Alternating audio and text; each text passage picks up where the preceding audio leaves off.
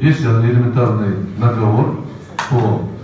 Еще раз напомню, что в истории коммунистов были такие трагические ситуации, когда в 1937 годах мы по показаниям одного человека осуждали других людей. Через столько лет мы сегодня возвращаемся. По показаниям одного человека суд спокойно принимает решение осудить и признать виновным. Это недопустимо. Это 21 век. Поэтому борьба с коррупцией, я надеюсь, что новый президент, заявив намерение бороться с коррупцией, он должен бороться с ней. Но вместе с тем, не надо обманывать, что у президента полномочий не так уж и много. Последние изменения, до этого изменения далее сузили значительно полномочия президента. Поэтому единственный путь, где президент может достигнуть успеха, это только в сотрудничестве с парламентом. Каким бы он ни был.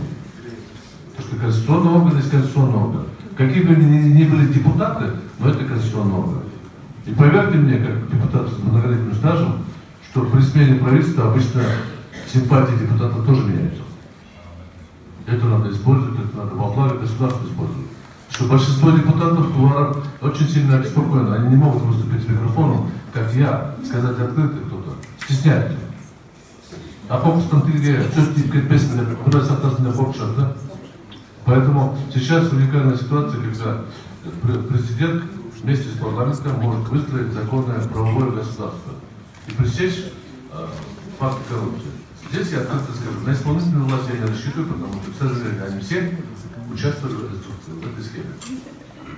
И вот это обновление можно ожидать. Другого пути у нас нет. Как бы мы ненавидели, я прошу прощения, вы ненавидели депутатов, они такие, какие есть. И каждый из них отдельно взятый замечательный человек. Но когда собираются, как правило, одобряют, вот это нам мешает. Поэтому в союзе с президентом можно, по-моему, достичь больших успехов.